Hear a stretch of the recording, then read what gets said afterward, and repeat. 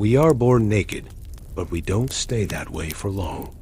Before our first blanket, before our first garment, we don a different kind of covering of face. But that face is itself a mask, one we learn to shape and sculpt from our very first breath. A living sculpture formed by our hopes, our fears, and the world's unspoken demands. Masks surround us like invisible architecture. The polite smile we paint on for comfort, the stern voice we adopt for authority, the silence we choose out of shame.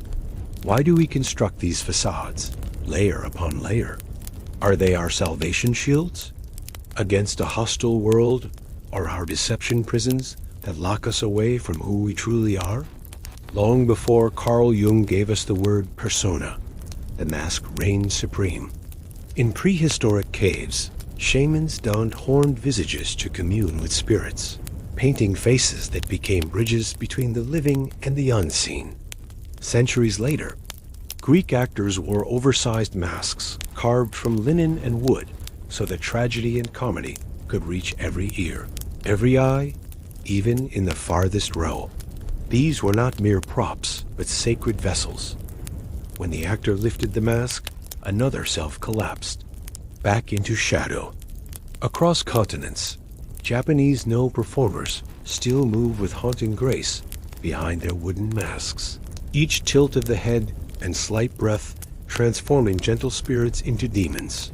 And back again, in the modern age, we still wear masks, though. Theirs may be digital or psychological, rather than wooden or cloth. Jung's persona is the face we present to the world so that we might belong, survive, and thrive. We choose different masks for different stages of life. The professional mask in the office, polished and dependable. The romantic mask in love, vulnerable and enchanting. The social media mask, curated and idealized. These masks protect our tender core from judgment and allow us to fulfill roles. Yet the more we identify with them, the more alienated we become from our raw, unfiltered self. Behind every mask lies a hidden room, the shadow we hide from polite company fear, shame, doubt. Jung described this as the shadow, the rejected, unconscious parts of our psyche. We fashion smaller masks to conceal its edges. Humor to hide our anxiety, perfectionism to mask our insecurities, aggression to cover vulnerability. Each coping mask only deepens the chasm between our external face and our inner truth. Like Dr. Jekyll building stairs to his basement lab, we bury our raw feelings deeper until one day the door bursts open and the shadow escapes. Often, the moment the mask slips is one of public scandal or private breakdown, when the carefully constructed facade shatters. Celebrity meltdowns, political outrages, personal confessions, all are instances of exposure. Yet in that sudden vulnerability, there can also be liberation. When the mask falls away, we catch a glimpse of something real, however uncomfortable. That glimpse holds the potential for healing. We cannot live without masks. From the tribal rituals of our ancestors to the curated feeds of our smartphones, masks have shaped our religions, our cultures, our very sense of self. But masks are neither wholly good nor wholly evil. They are tools necessary, potent, and perilous. The paradox at the heart of our story is this: to wear a mask is to betray yourself, yet nobody can live naked in the world. The goal is not to destroy the mask, but to become aware of it, to learn when to don it, and more importantly, when to set it aside. If we can master our masks rather than be mastered by them, we may discover a freedom deeper than any mask could ever offer. Long before we understood psychology or coined the word persona, our ancestors recognized the power of masks. In the flickering light of prehistoric fires, shamans painted their faces with ochre and charcoal, affixing bone and horn to become creatures of myth. Shamans who could speak to spirits, to the dead, to the plants and beasts that shared this world with them. Those masks were not mere disguise. They were portals as real and alive as the veins in our arms, carrying the wearer beyond their human shell into realms both sacred and dangerous. Across time and space, almost every culture found its own way to give form to transformation.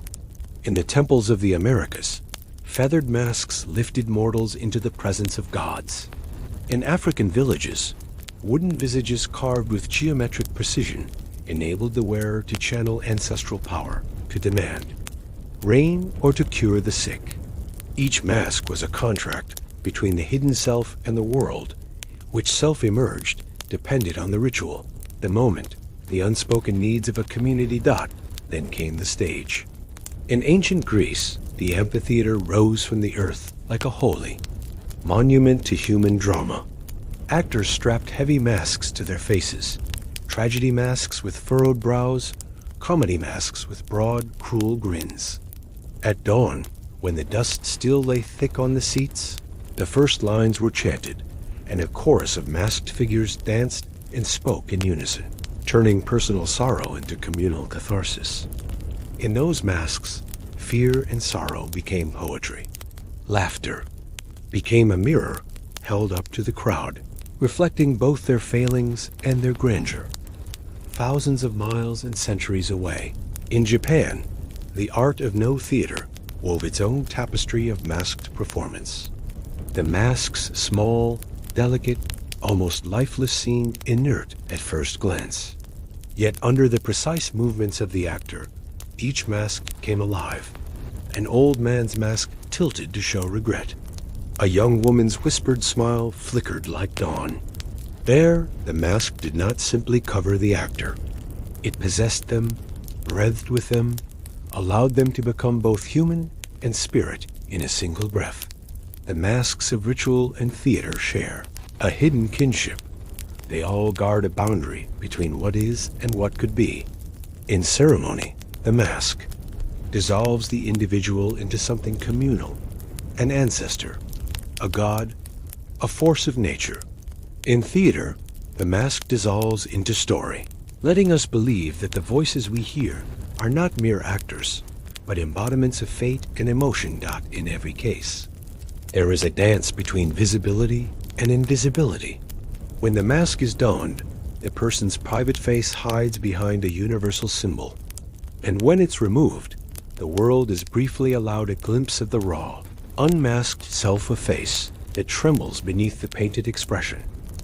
This ancient contract between self and mask still informs us today. We may no longer worship masks in temples or carve them by hand for the stage, but the need remains the same: to transform, to reveal, to protect. We reach for masks in boardrooms and on social media, in classrooms and at family dinners, using them to speak truths that might otherwise shatter us, to hide truths that might wound us too deeply if exposed. Every time we slip on a mask, we join that long lineage of storytellers and priests, actors and healers. The mask becomes a tool not just of deception, but of creation, crafting new identities, new narratives, new possibilities. And yet, for all their diversity, every mask carries the same promise: the chance to step beyond our narrow skin and touch something larger than ourselves. In those ancient ceremonies and theatrical rites, the simple act of masking carried within it a profound paradox. To hide oneself was to reveal something far greater. When the shaman painted his face in the flickering firelight, he concealed his human frailty, but laid bare the collective yearnings of the tribe: hunger for harvest, fear of spirits, hope for protection. The mask, carved from wood or molded from clay, transformed him into a vessel not of individual desire, but of communal necessity. It was less a lie than a ritual truth, an enactment of the mysteries that bound people to each other and to forces beyond their understanding. The Greek actor, donning his tragic mask, surrendered his own voice to the chorus of the gods and heroes whose narratives he embodied. His personal grief, buried beneath layers of sweat and linen, became the public's. grief. In echoing the lament of Oedipus or the wrath of Medea, he did not merely imitate emotion. He awakened it in every soul seated on those limestone tiers. And when the comedy masks, with their grotesque laughter and mocking grins, stormed the stage, at festival time, they liberated audiences from the weight of their own sorrows. Laughter became the blade that cut through pretension and pretense, revealing, if only for a moment, the raw humanity concealed beneath. Yet these masks were never neutral. They bore the deep marks of social order and cosmic structure. Only certain individuals, priests, actors, or chosen elders were permitted to wear them, and only during prescribed times. Outside of ritual, outside the stage's boundary lines, a mask could be profaned, its power turned to folly or horror. In some traditions, to wear a sacred mask outside its proper context invited calamity. Wild animals might turn savage, crops might fail, madness might stalk the wearer's mind. The boundary between mask and face, between spirit and flesh, was and remains a fragile, trembling edge. Over millennia, as societies grew more complex, masks evolved in tandem. Kings and emperors took up crowns and diadems as their own form. Of mask, symbols of authority forged in gold and gemstones. The courtier's mask was bearing loyalty and obedience. The rebel's mask, hidden beneath hoods and scarves, wore defiance. Even before the rise of photography or moving image, these power-dressed masks carried messages of lineage, of power, of belonging. To meet a masked monarch was to confront not a man, but an idea, an institution, a story told in voices louder than any single syllable dot today. Our masks have multiplied in form, but lost none of their potency. In the digital realm, we wear profiles and avatars, each carefully constructed to present an ideal self. A social media feed becomes a gallery of mask-smiling vaques, flawless skin, practiced wit offering only curated fragments of a person's inner world. We like and follow, but rarely encounter the unmasked truth. And when we glimpse it through a candid confession, a tearful live stream, a scandalous headline, we experience, all at once, shock and relief. We remember that behind every polished facade, there lies a beating heart, a hidden network of worries and needs. This continuum from the painted shaman to the polished influencer reminds you that masks are neither relics of a primitive past, nor mere gimmicks of modern selfie culture. They are, instead, threads in the vast tapestry of human expression tools by which we negotiate identity, power, and connection. To unmask is to risk vulnerability. To remain masked is to risk inauthenticity.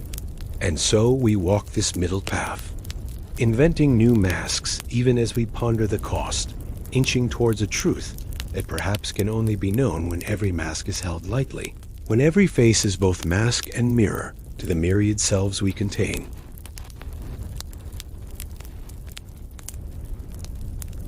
In the villages of West Africa, masks carved from ebony and stained with palm oil played roles far beyond decoration. Elders believed these wooden visages held the spirits of ancestors, so every notch and inlay was deliberate, a scar to honor, a warrior, an inlaid shell to mark fertility, a plume of feathers to evoke the wild flight of birds. When the masked dancer emerged from the compound at dusk, the boundary between living and dead, human and animal, dissolved. The villagers bowed and sang, offering kola nuts and libations, trusting that through the mask's eyes they could glimpse the wisdom of those who had gone before. In each rhythmic step, the collective heartbeat of the tribe found expression. Sorrow for lives lost, hope for rains yet to fall, thanks for harvests yet to come. Across the Atlantic, the Americas nurtured their own mask-making traditions long before European contact. In Mesoamerica, jade and obsidian masks adorned the tombs of rulers, intended to guide the deceased through the underworld. The mask became a vessel of transformation, even in death, a way for a king to commune with the gods of the maize fields or the sun. Farther south, the shamans of the Andes wove masks from felted llama wool, bright dyes, and copper mirrors, invoking the condor, puma, and serpent in healing ceremonies. To wear these masks was to step into the world of myth, to become both healer and legend. When Europe emerged from the dark centuries of feudal strife, masks returned to prominence in both sacred and profane festivals. At the Venetian Carnival, masks were scandalous liberators. For weeks every year, nobles and commoners alike could roam the canals anonymous, strutting behind beaked plague masks, elegant moretta, ovals, and exaggerated botta designs. In those streets, social hierarchies fractured. A mechanic might flirt with a countess, conspiracies hatched in shadows, and above all, laughter roared as loudly as church bells. By removing their everyday identity, revelers tasted both freedom and fear. Freedom from obligation, fear of the unknown face dancing beside them. Even in the cathedrals and cloisters of medieval Europe, the mask held paradoxical power. On Latar Sunday, monks and townspeople exchanged roles in the Feast of Fools. Priests donned paper mitres and sang bawdy tunes. Choristers led mock processions, wielding inflated animal bladders as scepters. This one-day inversion of sacred ritual served a vital social function. It allowed repressed yearnings, hidden hostilities, and unspoken jokes to surface, venting tension so that the church's authority could remain unchallenged the rest of the year. In that brief carnival of inversion, masks both protected and threatened the existing order. Across these diverse traditions, the ebony masks of Africa, the jade funerary masks of Mesoamerica, the woolen shamans of the Andes, the paper mitres of medieval clerics, and the carved papier match of Venetian revelers, one truth stands clear. Masks have always carried a dual mandate. They protect the wearer's identity while channeling forces beyond the self. They grant freedom while reminding us of the structures we flee or reinforce. They guise the fragile human heart in forms at once beautiful and ominous. This is the birth of the mask, not a single invention, but a universal impulse. From the flickering firelight of our earliest shamans to the moonlit canals of Renaissance Venice, humans have recognized that every face they show to the world is both shield and story. The act of masking, born of necessity and imagination, became the first theater, the first ritual, and the first mirror into our collective soul. It is the earliest testament to our longing to see ourselves as more than flesh and bone, to glimpse the hidden forces that shape our lives, and to offer, in return, a fragment of our own dreaming spirit. As we step now into the next phase, exploring how those ritual masks evolved into the psychological concept of the persona, hold fast to this truth. Masks were never mere costumes. They were, and remain, living symbols that reveal as much about the world that made them as the individuals who wore them.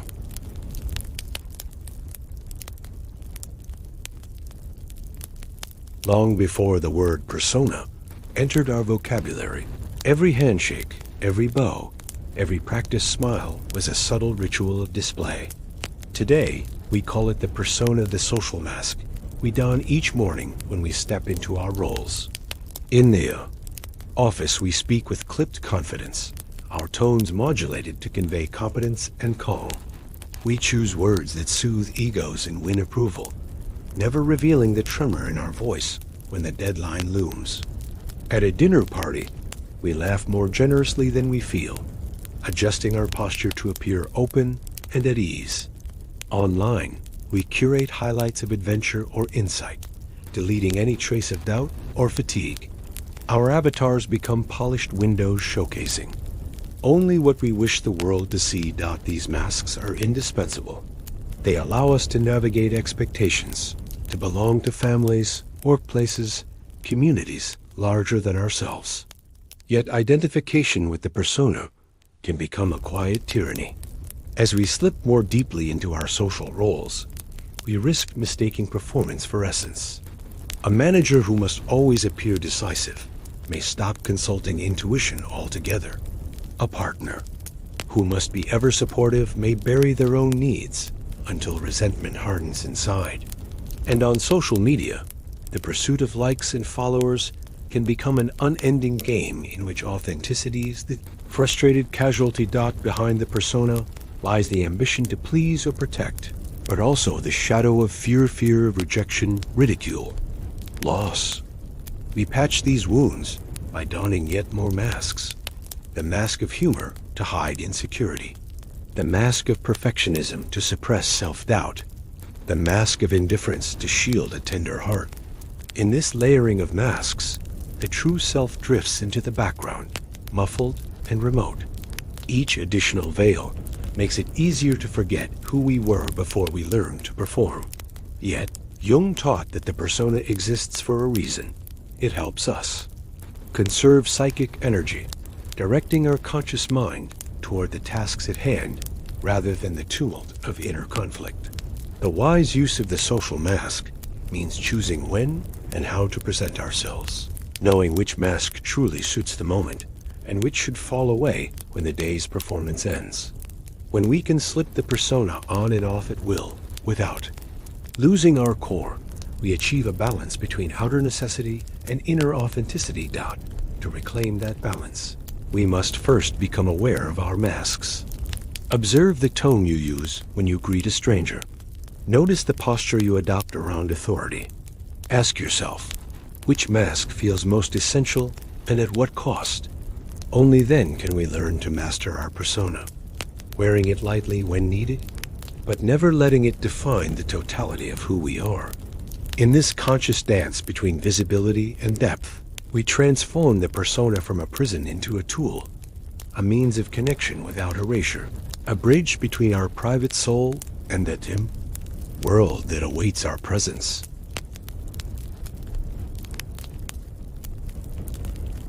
What lies behind our public face is often more unsettling than any secret, an entire landscape of fears, desires, and instincts that we exile from daylight. In psychology, this hidden realm is called the shadow, the repository of every trait we deem unacceptable, shameful, or weak. It is the part of us that we refuse to show, so we push it into unconsciousness, only to have it emerge in slips of tongue, unexpected outbursts, or dreams that haunt us at night, to conceal the shadow. We create secondary masks, humor to diffuse anxiety, perfectionism to silence self-doubt, aggression to hide vulnerability. A comedian's punchline may cloak deep loneliness. A workaholic's tireless ambition may mask a dread of worthlessness. Each defense mechanism is a tiny mask layered upon the first, building distance between our social facade and our buried truth. Classic stories dramatize this inner divide. In Robert Louis Stevenson's Dr. Jekyll and Mr. Hyde, the respectable doctor invents a potion to separate his darker impulses, only to find that the hidden self grows stronger, eventually overtaking the man. The tale warns that when we split ourselves into good and evil, the evil side can become a monster that no mask can contain. Similarly, in The Phantom of the Opera, the masked musician's deformity is both physical and psychic. His literal mask shields him from the world's cruelty, yet it also imprisons him in isolation, fueling bitterness and obsession. The mask both conceals and amplifies his pain, demonstrating how our protective facades can become cages. Yet the shadow is not simply an enemy to be banished. It holds vital energy and creativity. When integrated consciously, by acknowledging our fears and embracing our flaws, we reclaim power that once lay dormant. Art, passion, and authenticity often rise from that confrontation with what we most dread in ourselves. Recognizing the hidden self requires courage. It means noticing those moments when we react more strongly than a situation deserves, or when recurring dreams replay familiar themes of abandonment or rage. By gently exploring the dark corners of our psyche, we begin to loosen the grip of our reactionary masks, allowing the shadow to inform us rather than rule us. In the hushed sanctuaries of ancient faiths, masks did more than conceal. They became conduits between mortal and divine. In the temples of Egypt, priests slipped on the mask of Anubis, the jackal-headed god of the dead, so that they might guide souls through the underworld. With each silent step, the wearer was less a man in linen and more a living avatar of cosmic judgment. Wielding authority, it transcended any human name or pedigree. Likewise, in the mystery cults of Greece, initiates wore masks during nocturnal rites to embody Dionysus, the god of ecstasy and dissolution. Behind the mask, they surrendered their individual identities, drinking wine beneath torchlight and dancing until the veil between this world and the next dissolved into intoxicated rapture.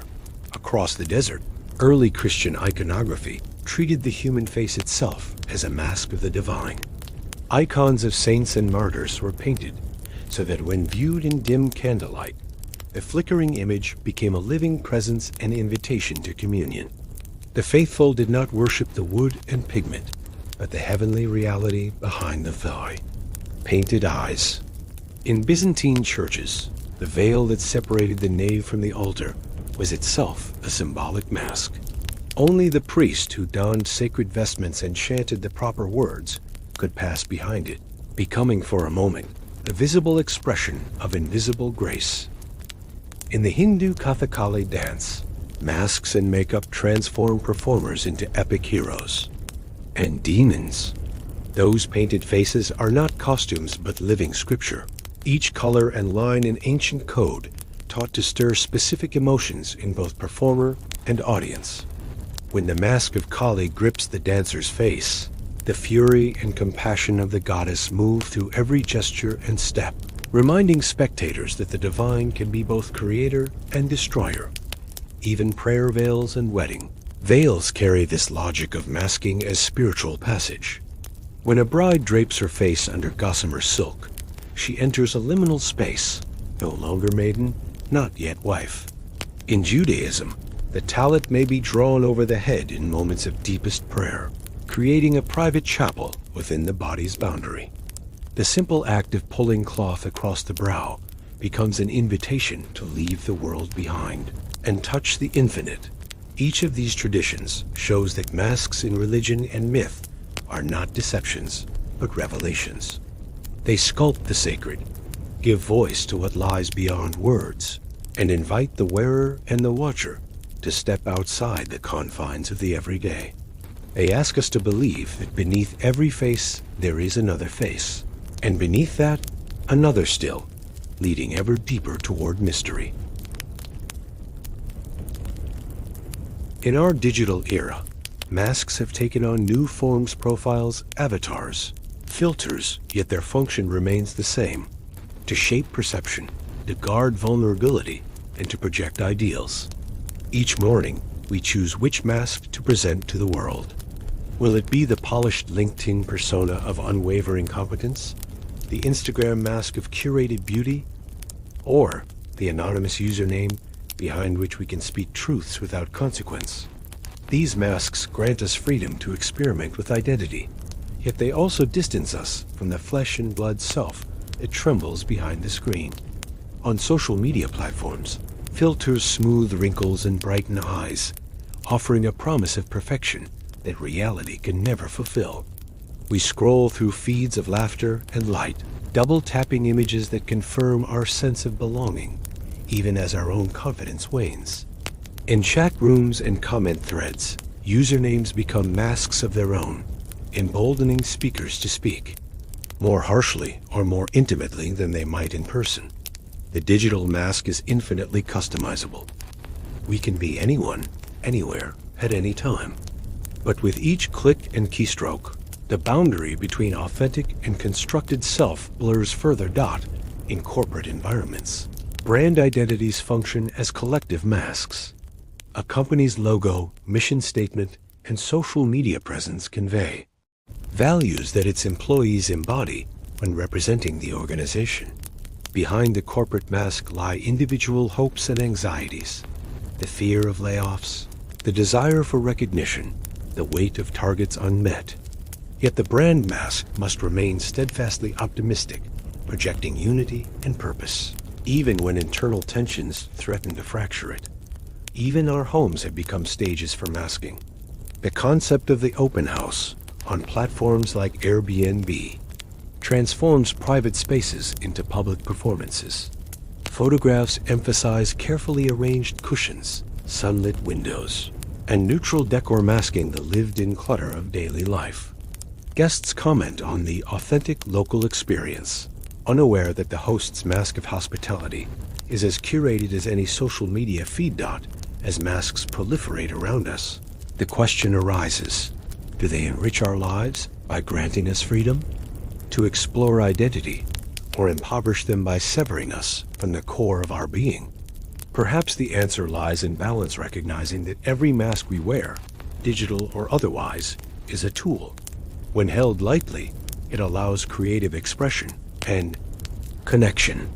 When clutched too tightly, it can become a barrier, isolating us from genuine human contact and self-understanding.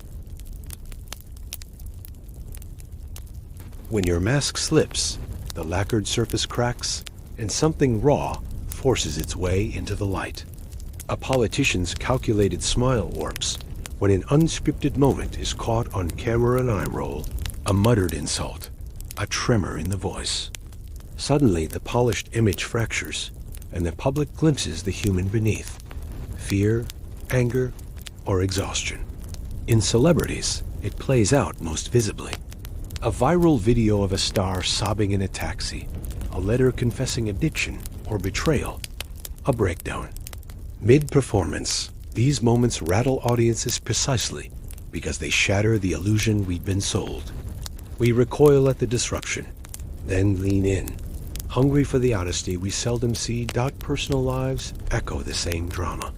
A partner's carefully maintained calm gives way to tears during a late-night argument. A friend's facade of humor falters under the weight of grief, revealing wounds previously hidden. At work, the composed manager might snap at an intern, exposing anxieties about success or insecurities about leadership. In every case, the mask's fall brings both pain and possibility. Shame for having been exposed, relief at the end of pretense, and sometimes genuine connection or of shared vulnerability. The unmasking can be accidental, a candid photo, a whispered comment, a moment of exhaustion. Or it can be deliberate, a public resignation, a tell-all memoir, a political whistleblower.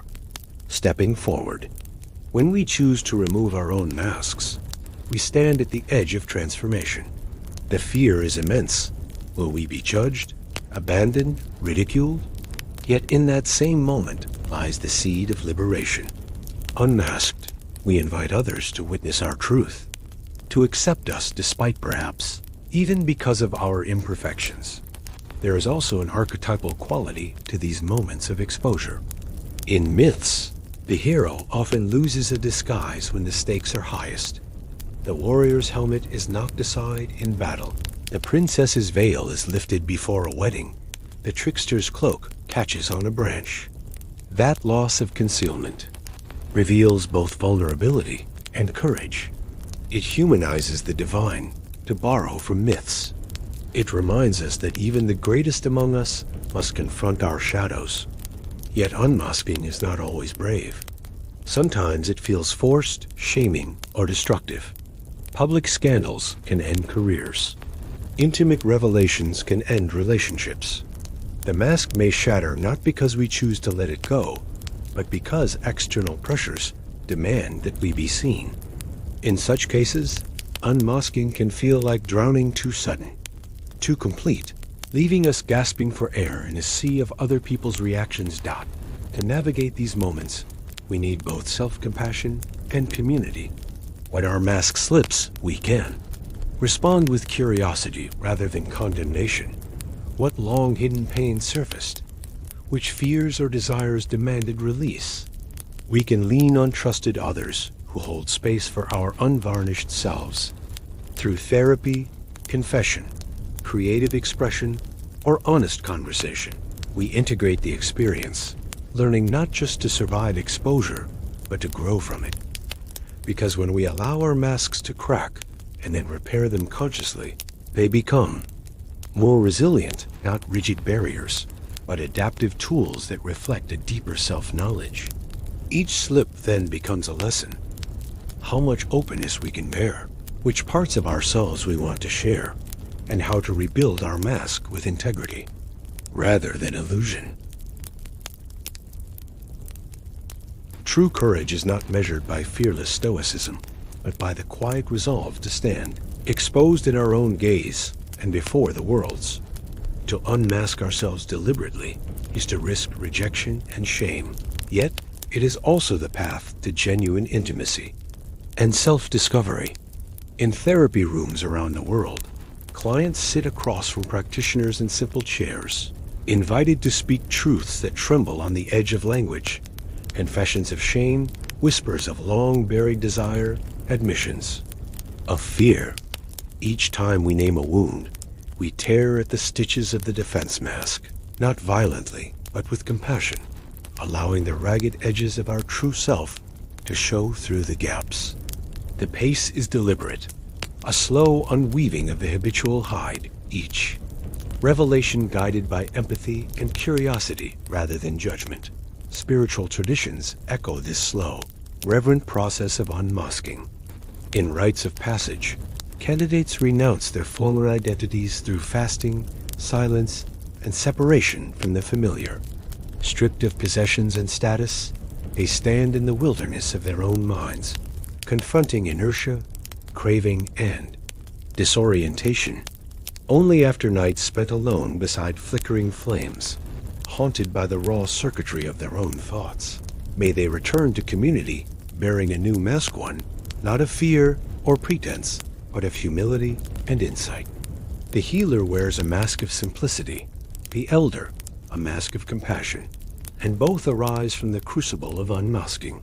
Forged in authenticity.jungian psychology enriches this picture with the notion of integration, the weaving together of persona and shadow into a tapestry of wholeness. When we draw the shadow into consciousness by facing anger without acting it out, by naming shame without letting it define us, we reclaim energy that was once locked in repression. We learn to see our flaws not as curses, but as sources of creativity and resilience. As the alchemists of old sought to transmute lead into gold, so do we seek to transform our darkest impulses into the raw material for self-expression and growth.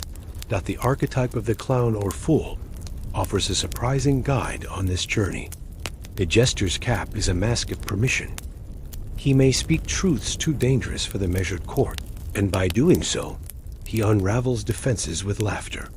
In revealing his own absurdities, slipping on banana peels, mocking his own stature, singing off-key, he frees others from the tyranny of perfect performance.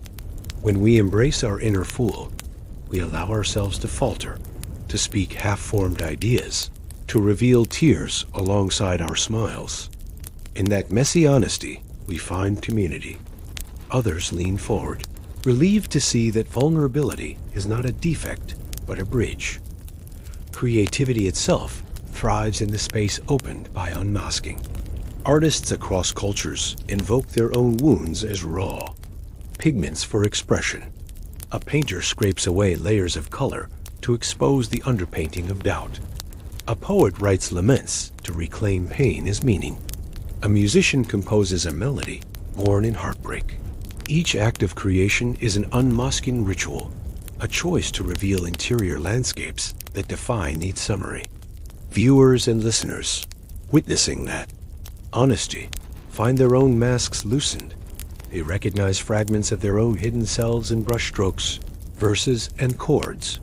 Yet unmasking is not a one-time triumph, but an ongoing practice. We unmask for a while, find relief, then don new masks to meet fresh challenges.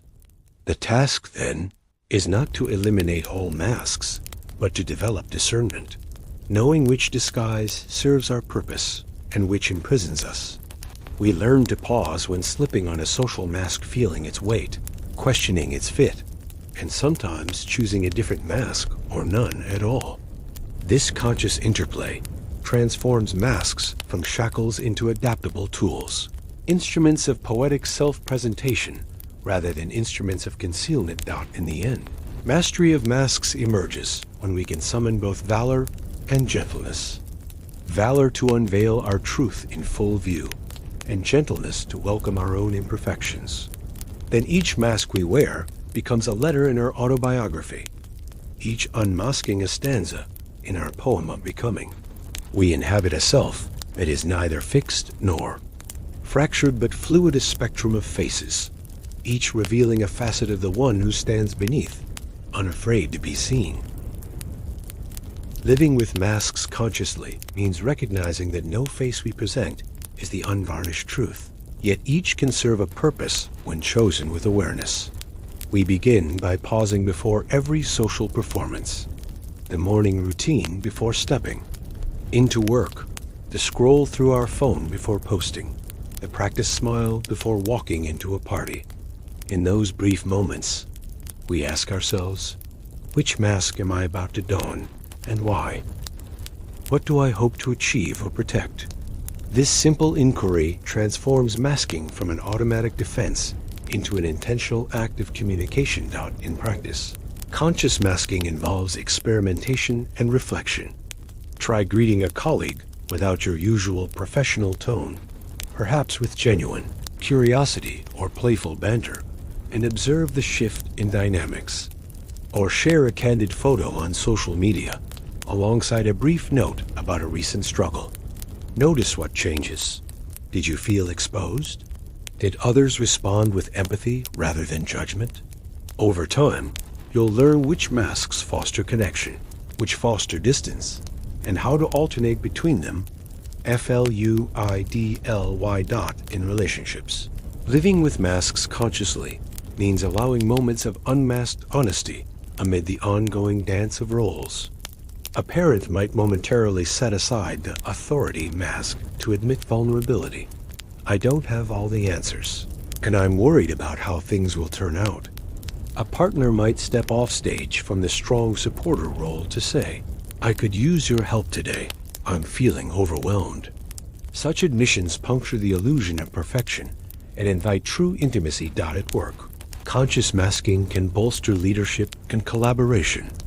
Instead of hiding doubt behind forced confidence, a leader can frame uncertainty as an opportunity. I'm not sure how this project will unfold, but I trust our team's creativity to find a path. By wearing a mask of humility rather than invincibility, they cultivate trust and invite input. Conversely, during a high-stakes presentation, one might intentionally adopt a more formal mask-measured tone, structured content to convey clarity and authority when it's most needed. Art and performance offer powerful training grounds for conscious masking. Actors learn to inhabit multiple characters, shifting masks seamlessly. Dancers practice conveying emotion through posture alone. Creative workshops, improv theater, mask-making classes, role-play exercises provide safe spaces to explore how different masks feel, how they alter movement, voice, and perception. Through playful experimentation, we gain empathy for the chi, myriad ways people mask themselves in daily life, and we develop the skill to choose masks deliberately rather than habitually. Both complicates and enhances conscious masking. On one hand, filters and avatars can deepen disconnection when used unconsciously.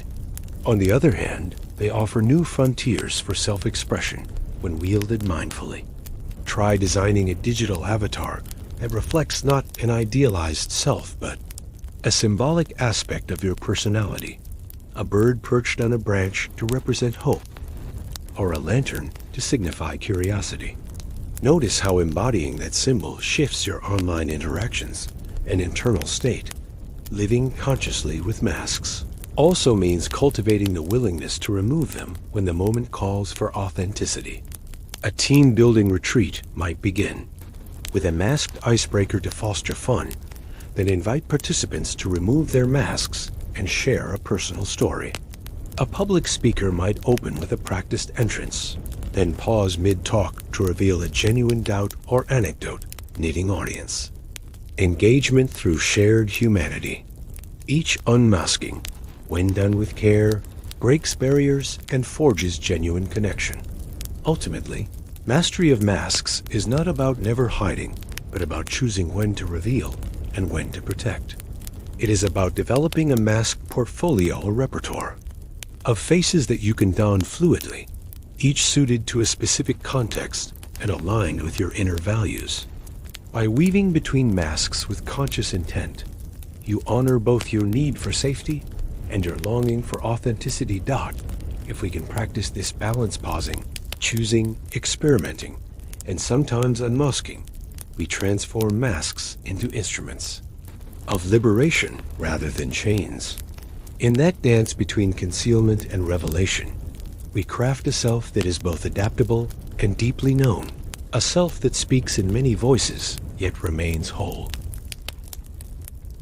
In the tapestry of our lives, masks are the threads that both bind and adorn us. They allow us to step into roles we could never embody: unguarded leader, lover, healer, seeker, and to navigate worlds that demand both protection and performance. Yet beneath every mask lies the singular truth of our being, a fragile constellation of hopes, fears, dreams, and wounds that is neither the mask itself nor the absence of a mask, but the luminous space between concealment and revelation. From the flickering flames of prehistoric rituals to the digital glow of our screens, humanity has recognized that masks serve a dual purpose.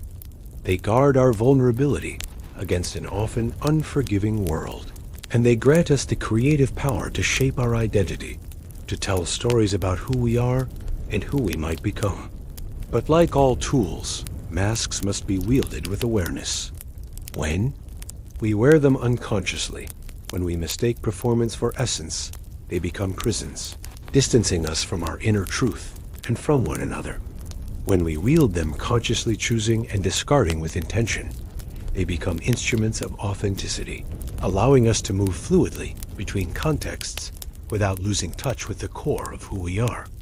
The path to such mastery unfolds in cycles of reflection, experimentation, and integration. We begin by cultivating simple mindfulness, pausing before each social encounter to inquire which mask we intend to wear and why. Over time, this practice reveals the habitual disguises we deploy out of fear of rejection, of judgment, of exposure. With that awareness, we can begin to peel back layers of defense like pages from a book, each one offering a new insight into our patterns of thought and feeling. In parallel, we engage in deliberate unmasking through rituals of vulnerability, candid conversations with trusted friends or therapists, creative expression in art or writing, moments of confession and admission that take us beyond the polished surfaces of our social lives. These practices are neither one-time events nor failures of self-control.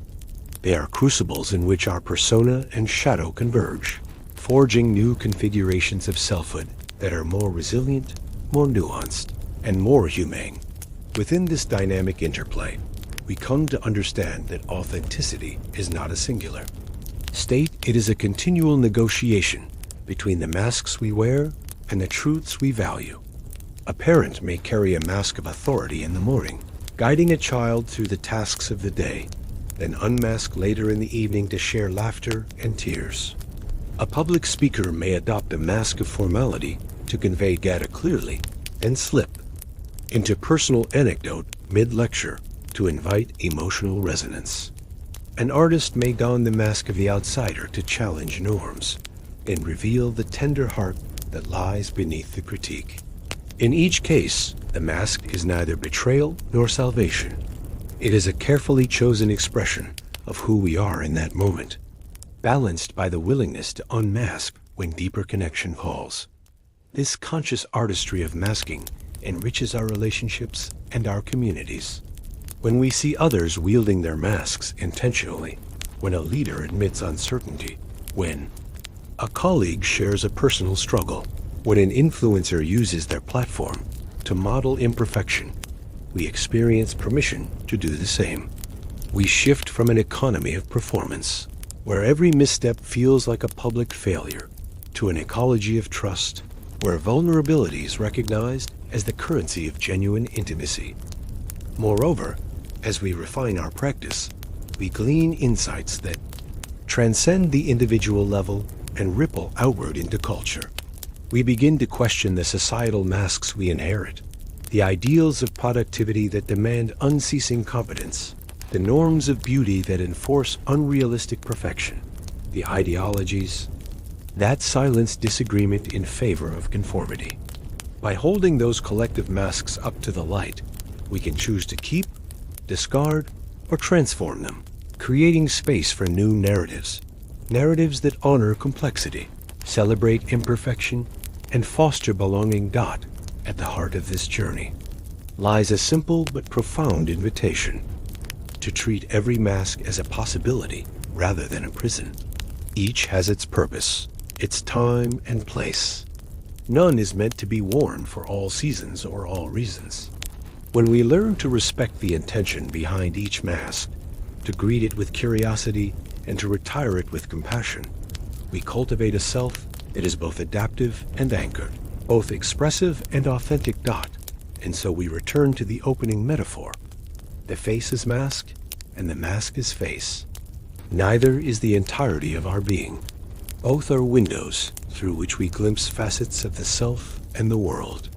To be human is to engage in this art of masking and unmasking, this dance between light and shadow, role and essence. There is no final destination, no state of perfect unmasked truth. There is only the ongoing practice of presence, the continual weaving of our concealed and revealed selves into a tapestry that is uniquely our own. In embracing this practice, we step into a form of freedom that transcends the binaries of mask and masklessness. We become both the artisan and the artwork, crafting identities that honor our past, respond to our present, and open us to the possibilities of our becoming. And in that space, fluid, luminous, and unbound, we find the deepest authenticity, not in a single face, but in the ever-shifting constellation of masks we choose to wear, with intention, courage, and heart.